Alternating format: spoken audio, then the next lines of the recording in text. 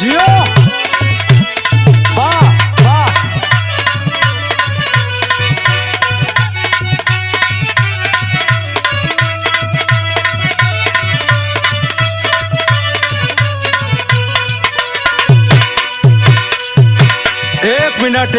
एक minute master बड़ी सुंदर गीत बजौलन ह। कौनो देवर अपने भौजाई का चाल कुचाल देख के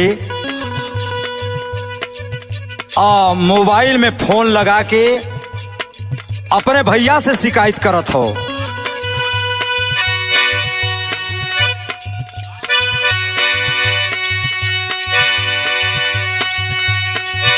अलगा करा दी,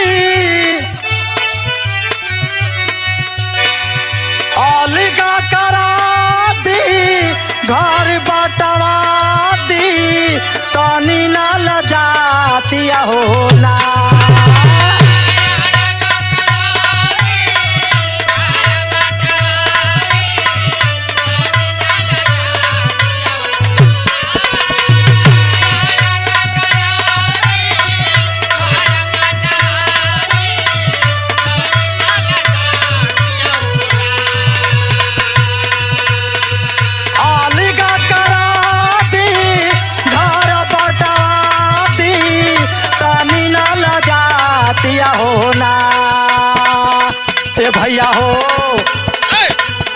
ए भैया हो मड़ई में गरई भौजी खातिया हो ना।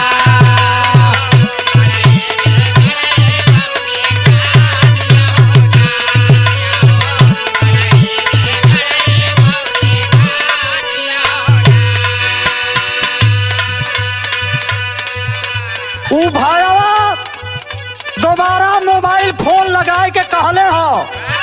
का कहलस मास्टर? अरे कइले बखा चढ़ाया चरा चल ले गिरा के।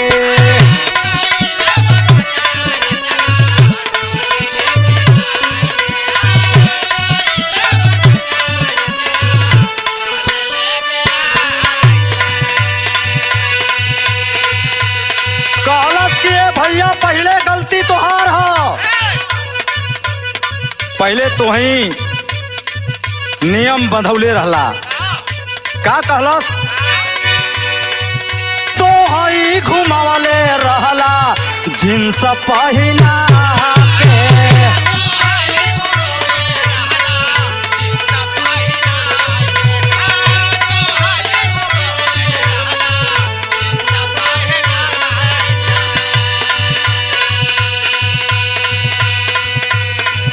पगड़ी डुबा दी, इज्जत डुबा दी, पगड़ी डुबा दी।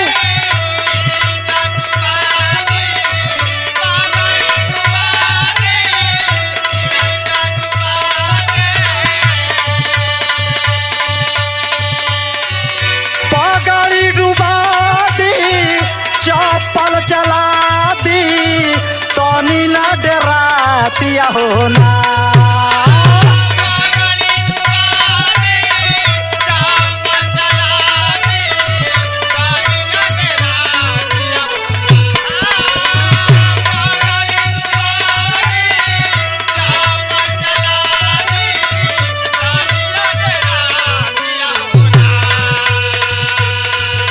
ए भैया हो, ए भैया हो मड़ई में गरई भौजी खातिया हो ना।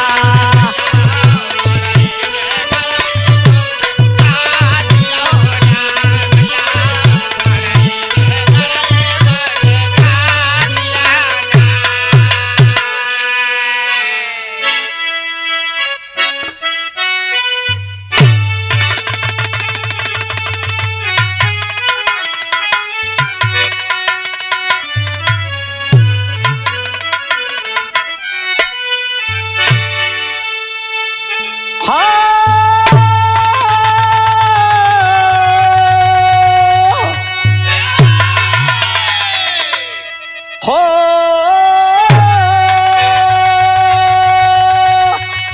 हो कि अरे मोर रामा हो राम।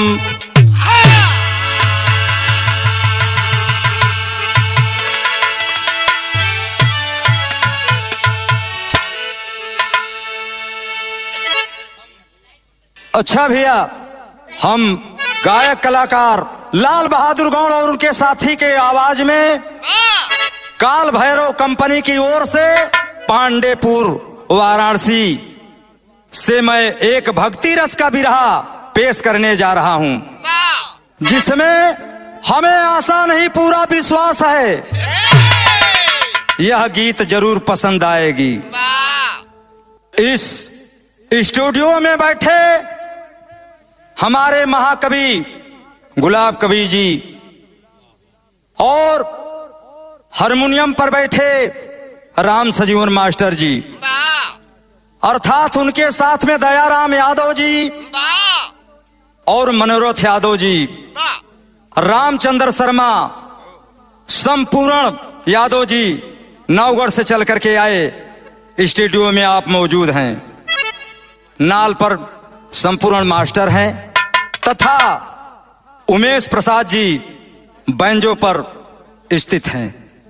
आइए मार साहब, भूमिका के अंदर भाव लिखा गया।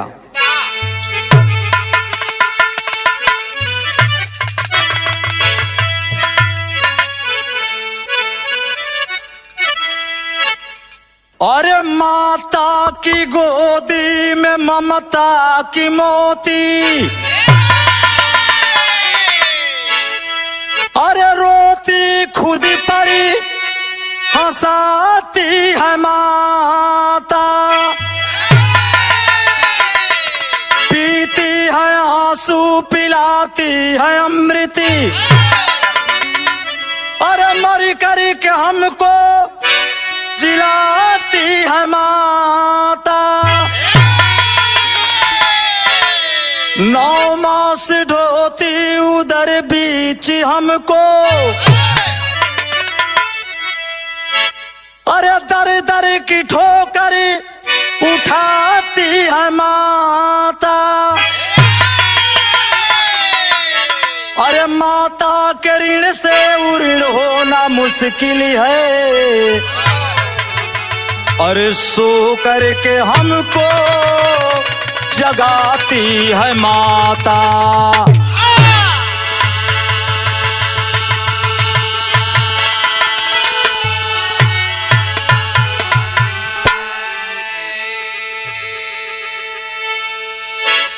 ए बाबू, मां मैहर देवी की करिश्मा और भक्त की परीक्षा, कव्वाली का टुकड़ा लगल मास्टर कैसे लाल।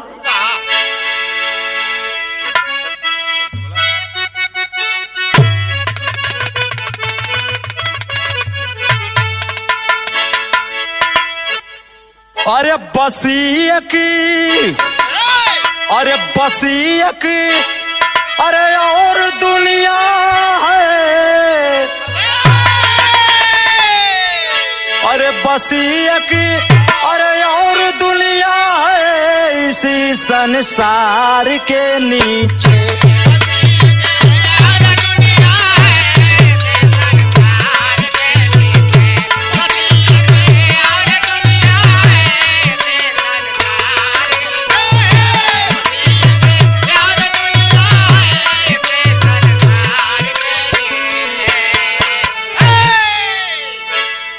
इतना गीत का लाइन हो लेकिन गाने के अंदर भाव है। ए पंच सबे कहा जाता है कि जो कर्म में लिखा होता है वही होता है। भाव है कैसे,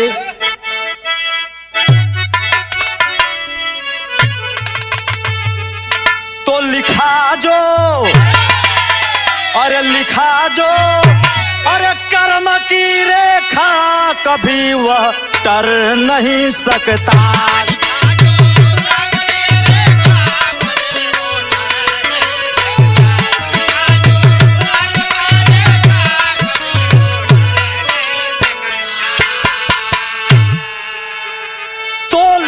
जो कर्म की रेखा,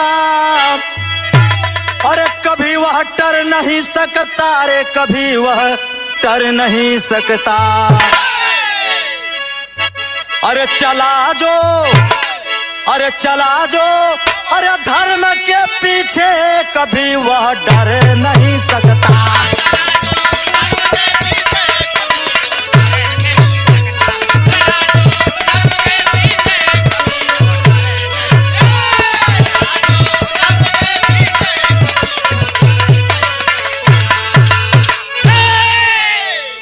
चला जो धर्म के पीछे कभी वह डर नहीं सकता। लेकिन कहानी का शुरुआत होगी मास्टर केकर कहानी बा, कैसन कहानी बा।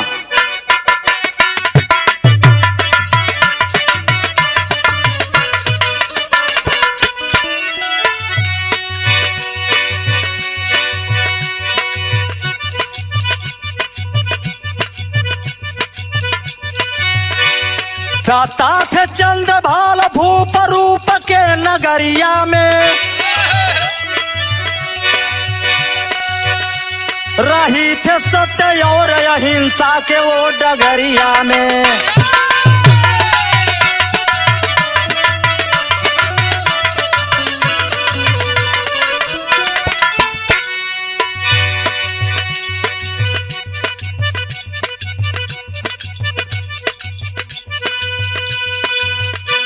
मीनाक्षी मातू मैहर की वो पुजारी थी,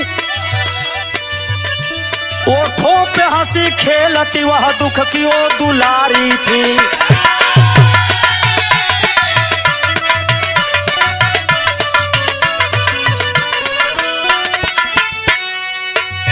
सब कुछ दिया रबी ने बस दी नहीं मोहर, सब कुछ दिया रबी ने बस दी नहीं मोहर।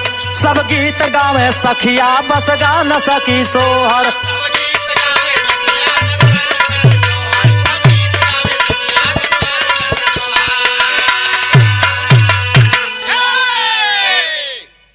सब गीत गावे सखिया बस गा न सकी सोहर।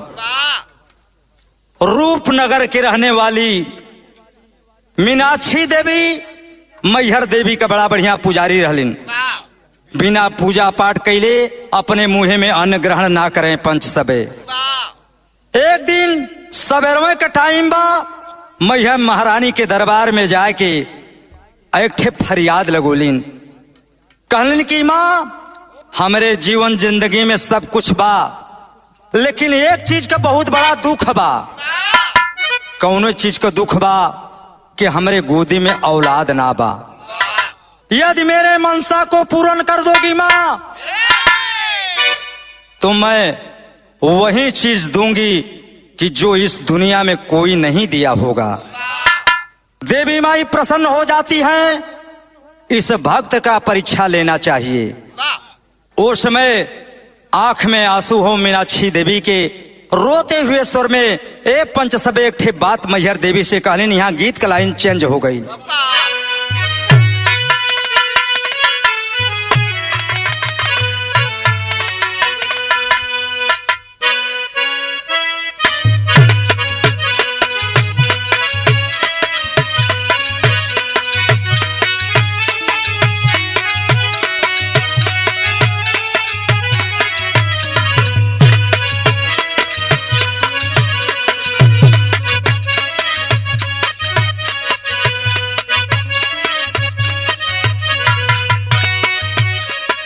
देखा मेहरारून के आदमी के प्रसन्न करे बदे बड़ी अदा हो खैला। बड़ा चुनहराई के बड़ा लहाई के कहे दयाराम भैया। ओकर पति परदेश जात रहन कमाए बदे, तब मेहरारू समझौले बा। का समझौले बा बाबू?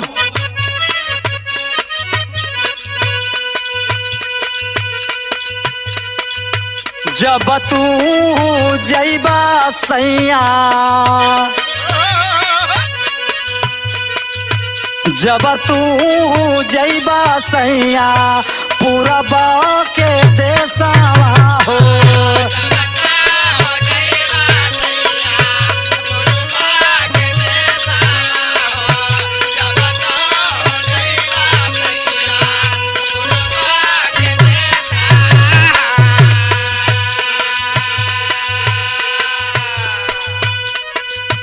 ए मास्टर उ कहले हो बाबू, जब तू जइबा सैया पूरबा के देशवा हो,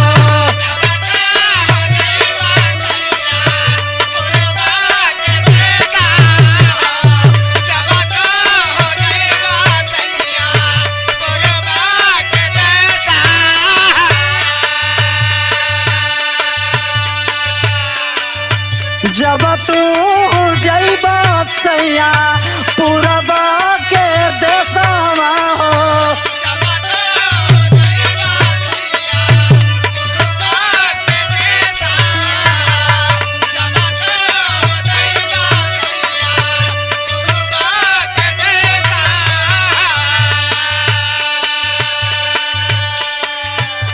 ए सैया हो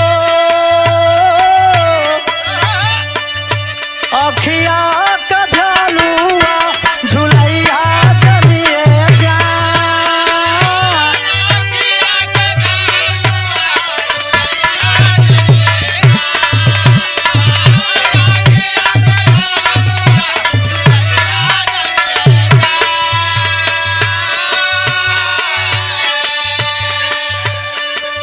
ये गीत का लाइन हो, भाव हो बाबू। मीनाक्षी देवी आंख में आंसू लेके मैहर महारानी से ठे बात कहलीन हम। का कहलीन?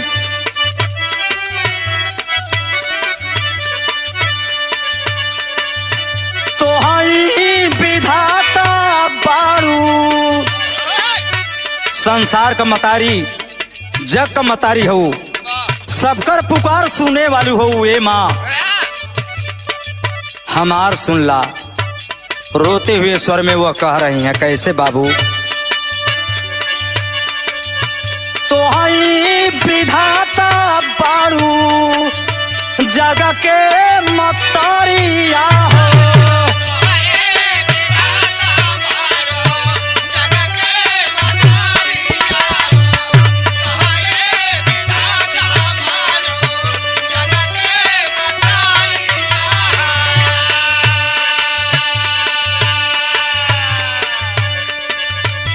मैया हो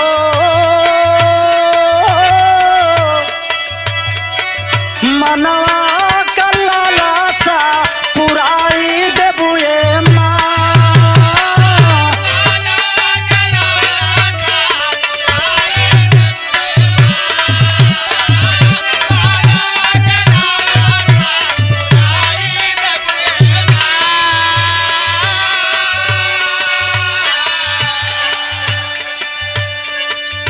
फिर का कहलिन ह? अचला बिछा के मांगी तोह से मंगनिया हो,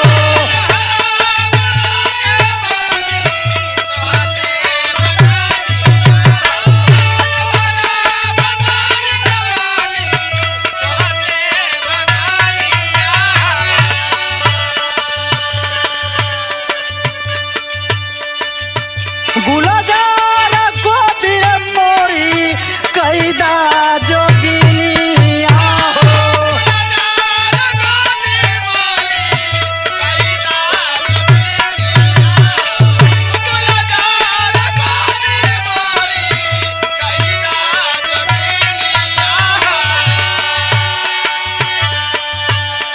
कहली न कि मैया हमार गोदी गुलजार हो जाई त तोहके का चीज देव? खेली है सुगनवा जेही दिली, खेली है सुगनवा रे जेही दिला हमारे अंगनवा हो,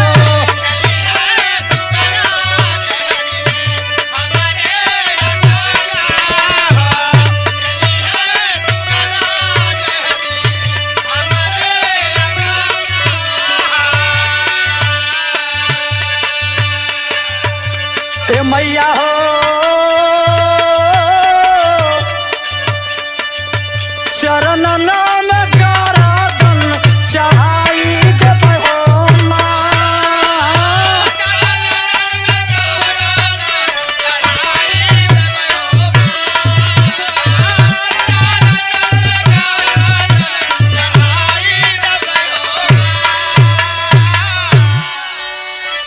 मीनाक्षी देवी रोते हुए स्वर में पूजा करते समय मैहर देवी से यह वादा कह दिलीन बाबू। माई प्रसन्न हो जाती है, देखती है कि इस भक्त का परीक्षा लेना चाहिए। पूजा करके घर पर आती हैं। धीरे धीरे समय गुजरल बाए पंच सबे। धीरे धीरे मीनाक्षी देवी के पेट में गर्भ रह गल। जब गर्भ रह गल ओ समय खुशी का ठिकाना ना बा। और धीरे धीरे 9 महीना जब पार भयल बा, मीनाक्षी देवी के गोद से एक बहुत सुंदर पुत्र का प्राप्ति भइल। उस लड़के का नाम छत्रसाल रखा गया। छत्रसाल धीरे धीरे होनहार, बहुत सुंदर और सुशील बेटा था। माँ और पिता का कहना मानने वाला वह बेटा था, संस्कारी बेटा हुआ। लेकिन आज का बेटवा ऐसा हुआ कि शादी लग जाता तो पहले मोबाइल नंबर मांग लेता हूँ।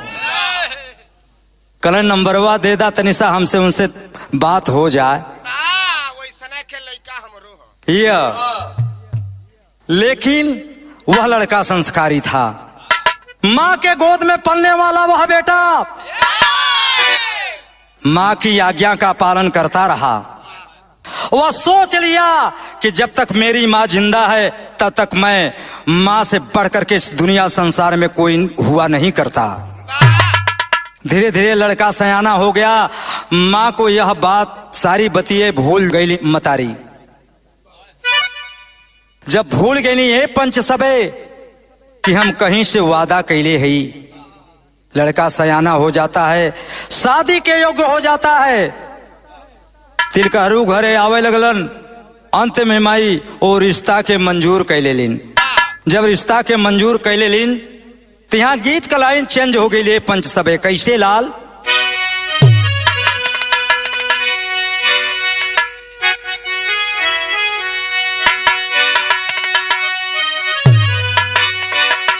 वह गीत का लाइन बा। ए गीत के छपरा जिला में जाइबा, वहां का गोड़ का लवंडा गावलन भैया। ओमन 2 ठे लवंडा होला, एक है करिया एक ठे तक करियावा छटक के गाई। का गाई भैया?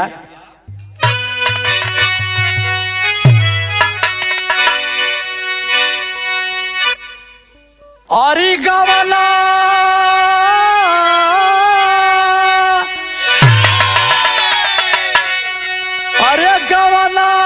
करवाला ये पियावा घरे बैठावाला।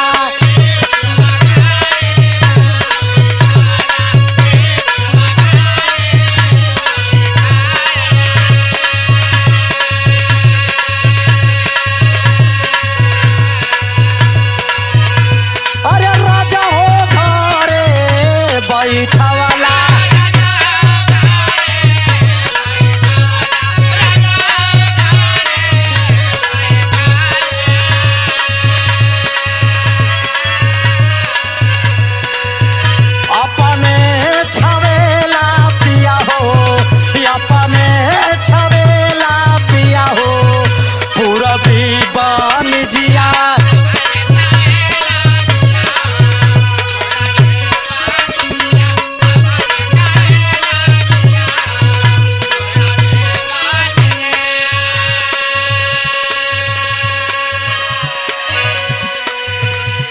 तो करियावा गाई, लेकिन गोरका का गाई के करा से हंसबो ये पियावा के करा से बोलाबो।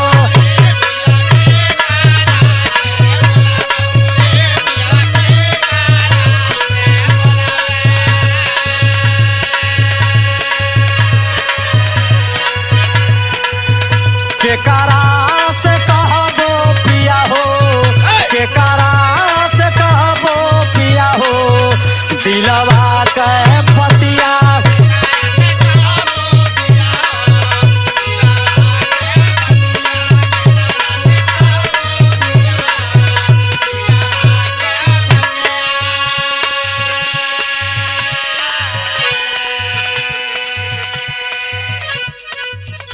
माई रिश्ता के मंजूर कैले लेन। नाथ ही सारा परिवार दरवाजे पर आ जाता है मित्रों,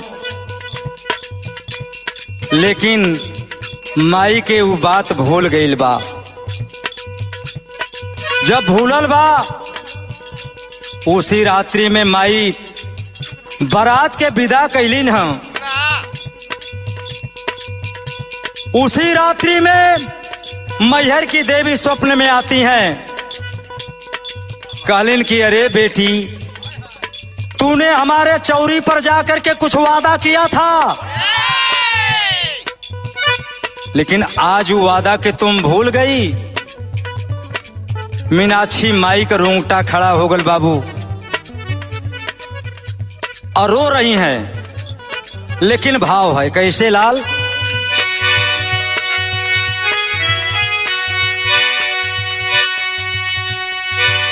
अरे त दूधावा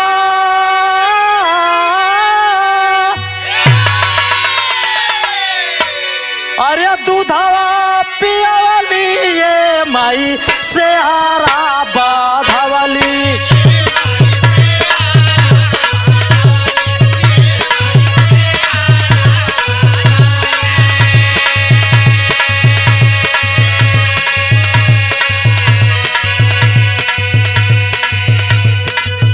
दूधावा पियावली ये माई से हारा बाधावली।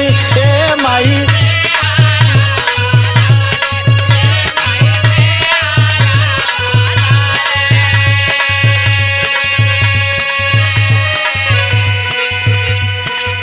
सजधा जयली बाबू हो, सजधा जयली बाबू हो, दुआरे बारतिया।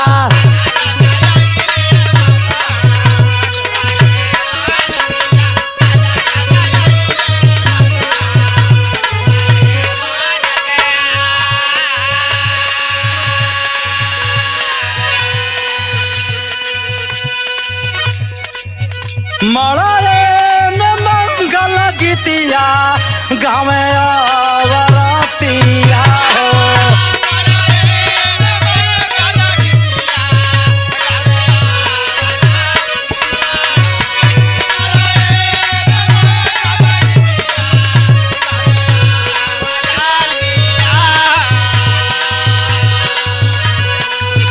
चम चम सहरावा चमके और मुरातिया हो।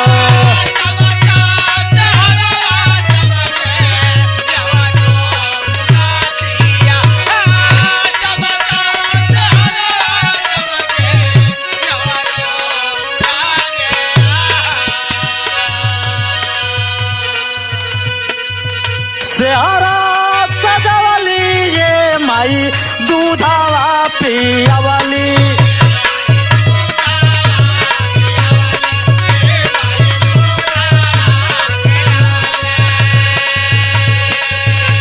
अरे माई हो दूधावा पियावली।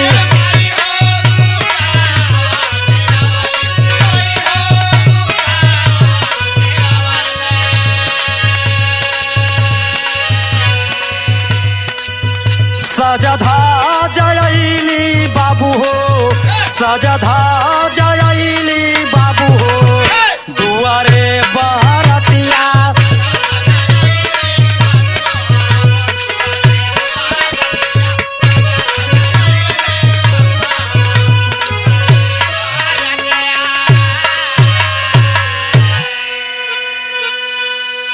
ए पंच सबे दरवाजे पर बारात आइल हो और सब लोग घराती मिल करके बारात का स्वागत कैलन है।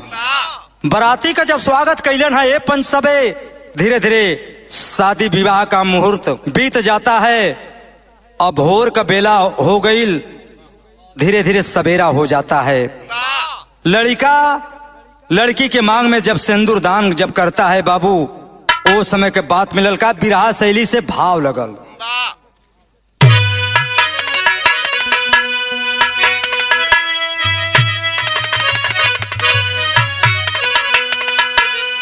अरे मोरे राम अरे राम लहू से करबे अरे लाल अचरा, अरे लहू से करबे लाल अचरा, अरे काट के शीश लाल का मैं शादी के साल।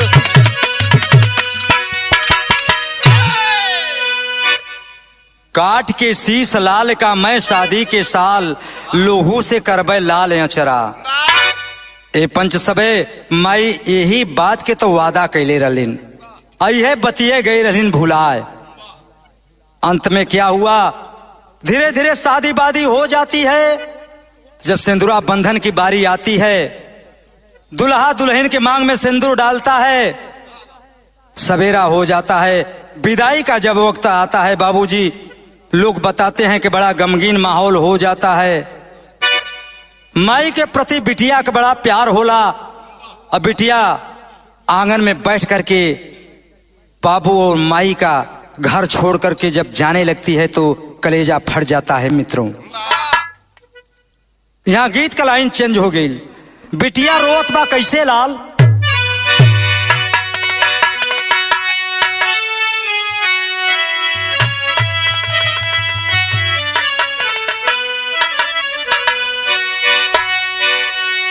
अरे कहाँ बाड़े,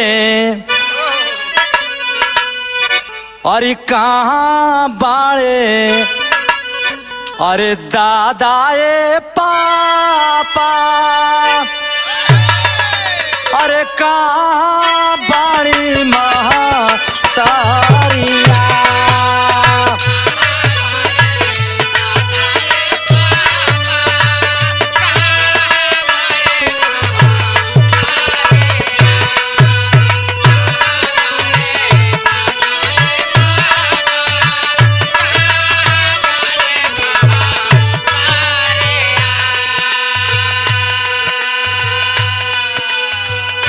मास्टर तनी एक लाइन बढ़ जाता।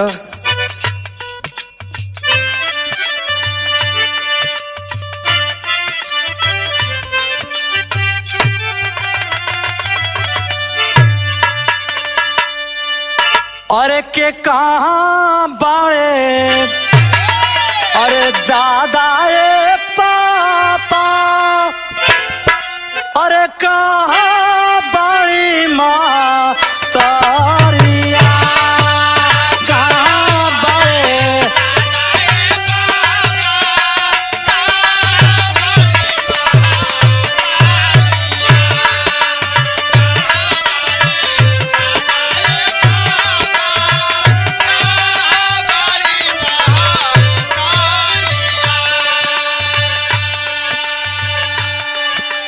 रोवलिया नवाए बेटी,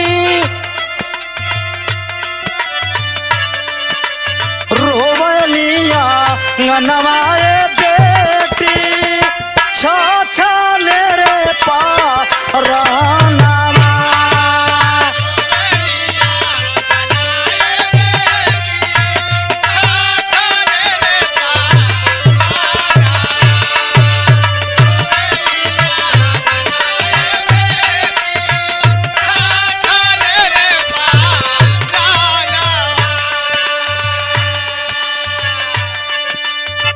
रोवली माई बेटी छछने परानावा,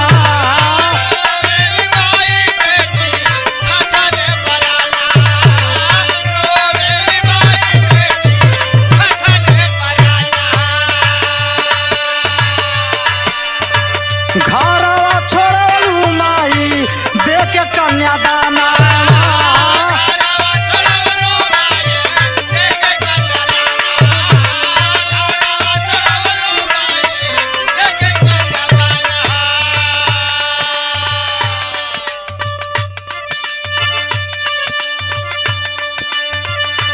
अरे के भइलू पराइए बेटी,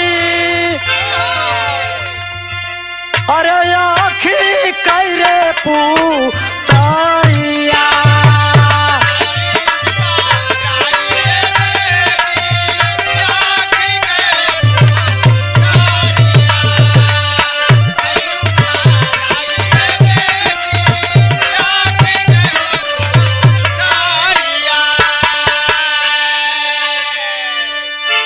ए बाबू, ओ समय लड़की की विदाई हो गई।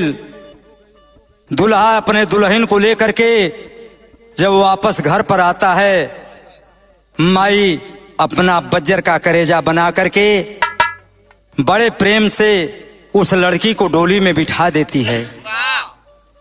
रोते हुए स्वर में वह लड़की अपने ससुराल को आती है, लेकिन माई का सपना के बात दिल में खलत रहल, कब मेरा बेटा आ जाए, उसी लड़के की बलि माई के मस्तक के ऊपर चढ़ानी है। माँ घर में पूजा की थाल को सजाती है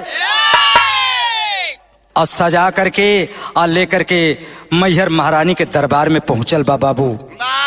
तब तक संजोग बस उसी समय डोली दुल्हा की आ जाती है। सारे नात रिश्तेदार घर पर चले गए,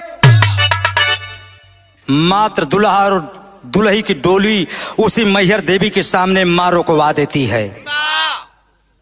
और जब रोकवा देती है, धीरे धीरे डोली के पास जब जाती है, दुल्हा डोली से उतर करके अपने मां का चरण स्पर्श करना चाहता है, लेकिन माई रोत बाए पंच सबे।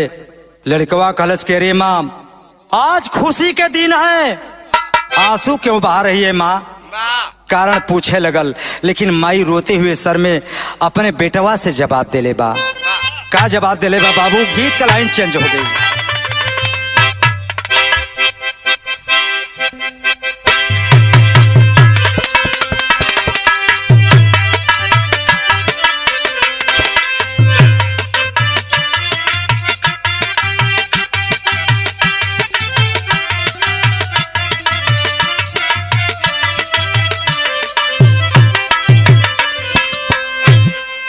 यह गीत हो एक पारंपरिक गीत कहल जाला मास्टर। कैसे? शादी ब्याह जब हो खैला तो मतारी बहन लोग के बड़ा प्रेम से गावलिन। अरे निबिया के डरिया, अरे मैया मोरा गावली गीतिया हो की झूली हो झूली ना।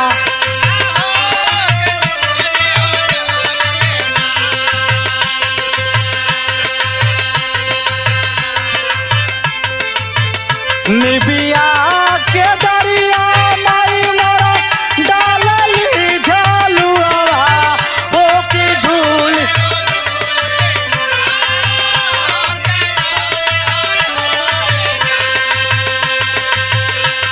के मैया मोरा गावली गीतिया हो की झूली हो झूली ना।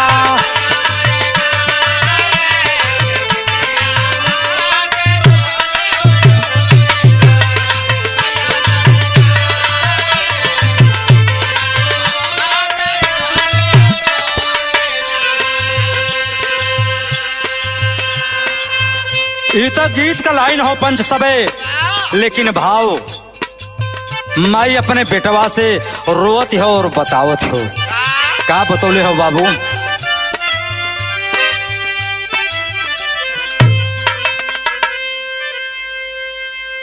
अरे तोहरे मनालिया में अरे देहाली का बचनिया जब दुल्हनिया आई है।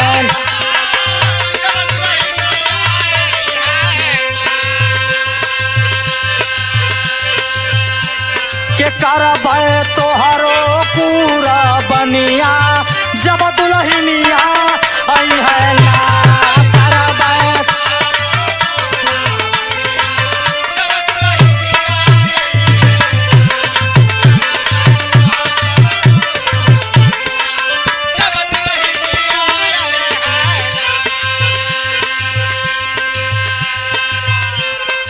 माई कलश के बेटा, एक बात का ध्यान देना, देवी के पूजन में मैं कुछ नहीं संकोच रखूंगी। देवी के पूजनिया में अरे कटबे तोरा गरदनिया जब दुल्हनिया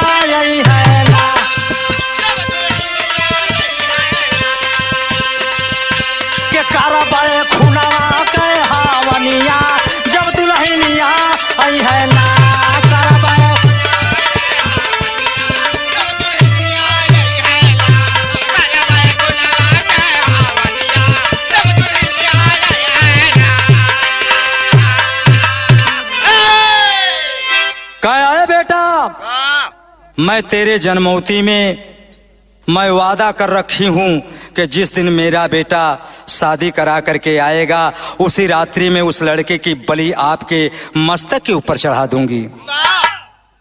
लड़कवा रोत हो बाबू, ठीक है माँ, मेरे गर्दन की बलि चढ़ा देना, लेकिन एक बात का ध्यान देना रे माँ। कौन सी बात का रस मास्टर? गीत का लाइन चेंज हो गई मास्टर।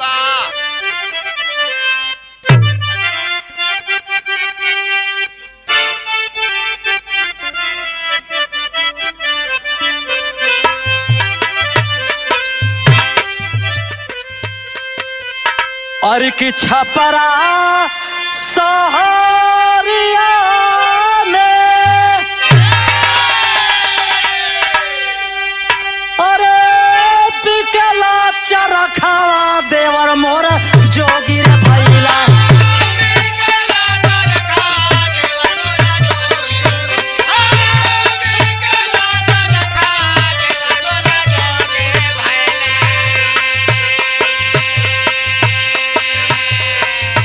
छपरा सारिया में बिकला चरखावा देवर मोरा जोगी रे भाई।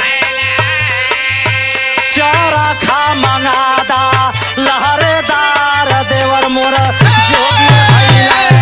चरखा मंगादा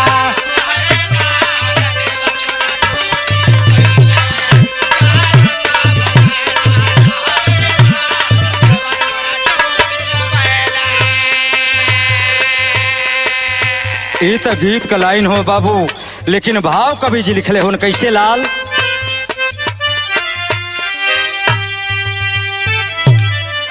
अरे तमाई का बतिया सुन के अरे बोलल बा सुगनवा मनवा पागल भैला।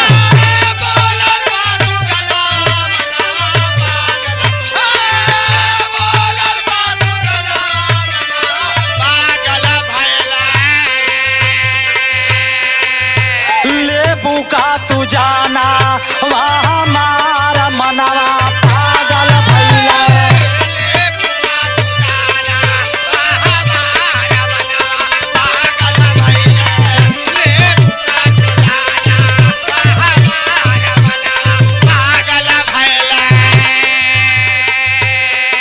लड़कवा रोत है पंच सबे और रोई के यही स्वर में कहलस, मारल पलास कमाई दे देहा कफनिया।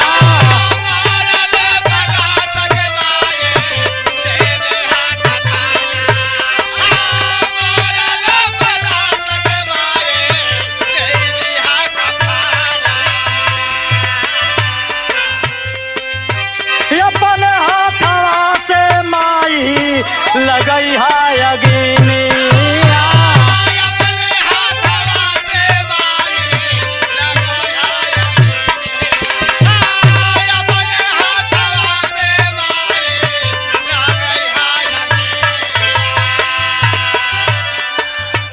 देई के हो देवी जी के, देई के हो देवी जी के बचलाई मनवा मनवा पागल भैला।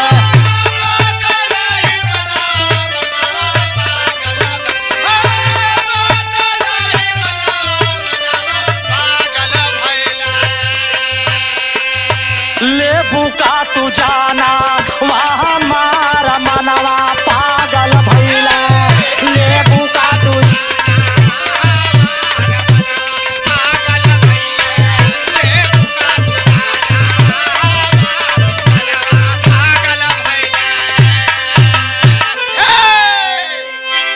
ए बाबू, इतने में माँ जो है अपने बेटे को समझा रही है, लेकिन वह लड़का बोला कि अरे माँ, अभी अभी दुल्हन को लेकर के आया हूं, अपने दुल्हन का मुख तो नहीं देखा हूं, एक क्षण के लिए छुट्टी दे दे ताकि मैं अपने दुल्हन से भेंट कर लूं। वह लड़का माँ को छोड़ करके अपने दुल्हन के पास जब जाता है, दुल्हन डोली से उतर करके अपने सैया के चेहरे को जब देखती है, फूट फूट करके रोने लगती है। कारण पूछे लगल तो यहाँ विदेशिया का लाइन लगल मास्टर कैसी।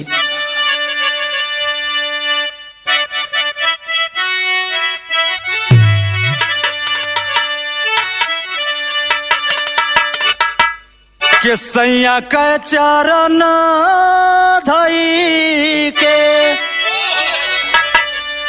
अरे दुल्हनी बचन बोली तया बहिन गवाना लेके अइला हमारे सजाना। अगवन का चुनारी अरे कफन भैली टुआरी के अटिकुली पर बिजुली गी रैला मोरे सजाना। अचरा में भूखी आयो ए दुखिया कैसो आग देदा अरे विधाना सुखावा माती हई सुखावा के बगिया। इतने में माँ आवाज को देती है अरे बेटा जल्दी करो पूजा का टाइम हो गया। वह दुल्हन को छोड़ करके यानी कि दुल्हन को छोड़ करके वह लड़का अपने माँ के पास चला जाता है। माँ उस लड़के को नदी में स्नान करा करके और गले में जयमाला डाल करके हाथ में तलवार को उठूले बाबू। यहाँ आल्हा का भाव लगल कैसे लाल।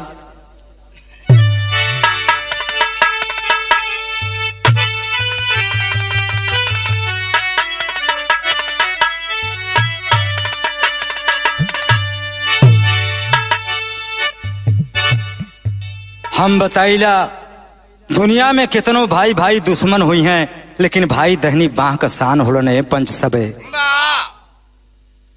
वक्त अइले पर एक प्रमाण मिलेला। भाव हो कैसे लाल।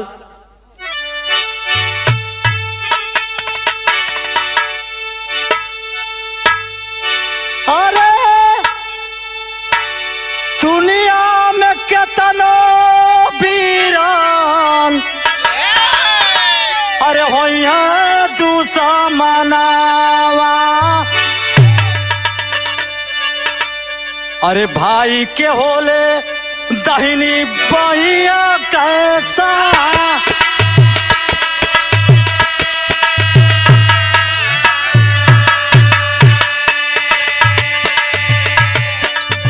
केतनो रे पूता का पूत होई जई है।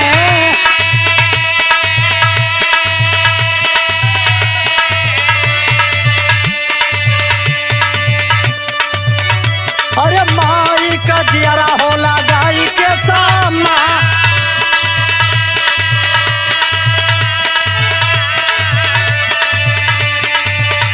अरे वो हैया जमाई रे कसाई बनी गई।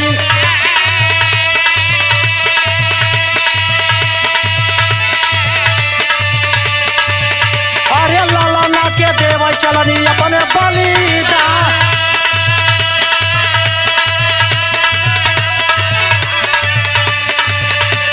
गरावा में माला माथे चंदन लगावाले।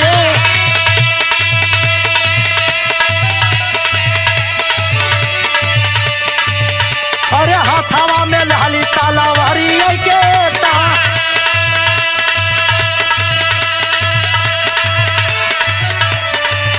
अरे चापी के कटारी हमारी है गर्दन पे।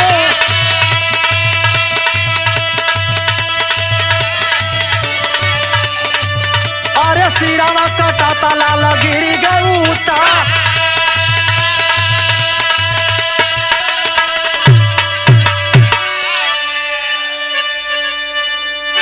ए बाबू माँ जो है नियम के अनुसार वादे के अनुसार उस समय अपने बेटे का गर्दन चढ़ा करके और काट करके माई के मस्तक के ऊपर चढ़ा देती है। जब चढ़ा दिलस बाबू ओ समय कहले बा का कहले बा सबर अल्लाह के अंदर,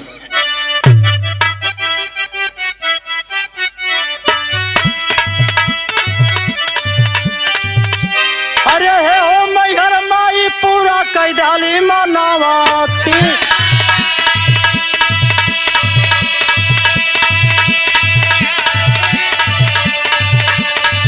अरे पूरा कैदाली अब तोरो यारा माँ,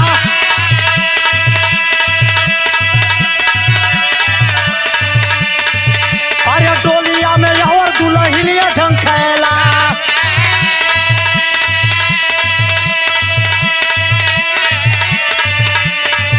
अरे चल के मैहर माई में हम देबै रे पारा,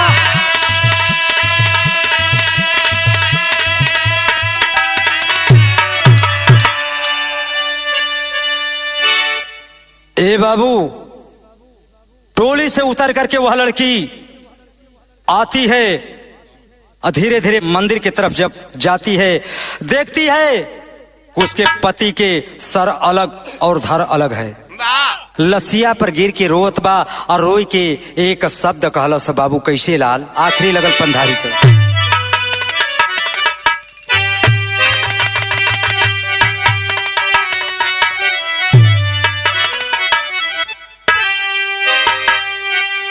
अरे तक कफन बन गई सुहाग वाली, अरे अब लाली चुनारी, तमहू देबै बलिदानवा मैहर के नगारी,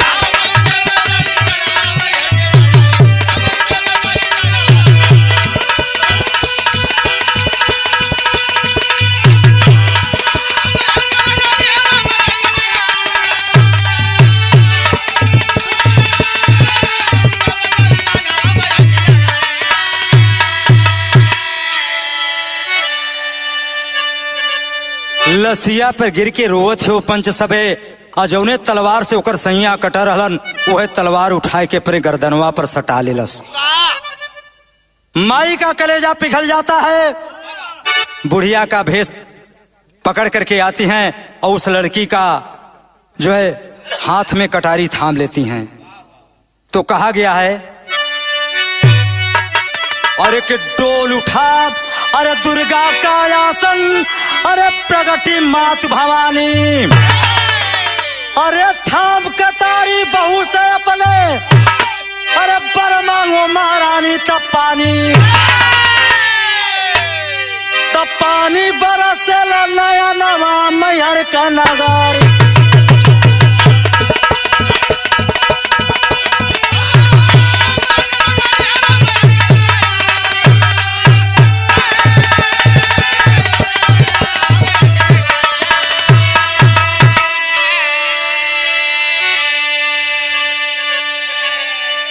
बुढ़िया का भेष में मैहर देवी जब आती हैं कि अरे बेटी क्यों अपना जान देना चाहती है, कहे माँ इस दुनिया में मेरा कोई नहीं है, मुझे मर जाने दे माँ। लेकिन मैहर देवी फिर कहन करे बेटी जिसका दुनिया में कोई नहीं होता उसका ऊपर वाला होता है, ऊपर वाले पर भरोसा करो, मांगन मांग करके तो देखो। वो लड़की मांगन को मंगलस बाबू भाव हो, अरे तो डोल उठा दुर्गा का आसन, अरे प्रगति मात भवानी, अरे थाम कटारी बहू से अपने, अरे पर मांगो महारानी तब अरे पानी बरसला नया नवा मैहर का नगारी,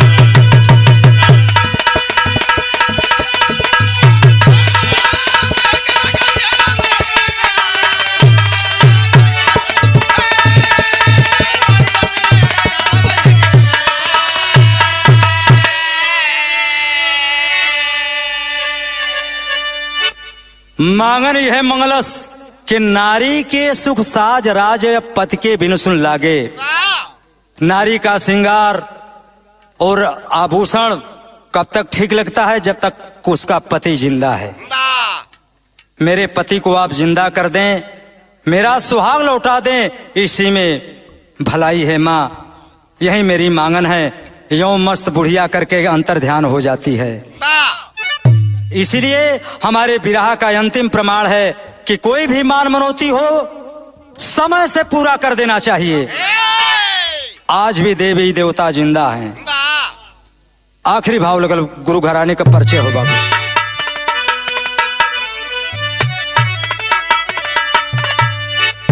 अरे गुरु बिहारी गुरुपत्तू, अरे अक्षयबर जी मोर पावन, अरे सुखनंदन काशी बुल्लू के, अरे अब लागी गीत सुहामन।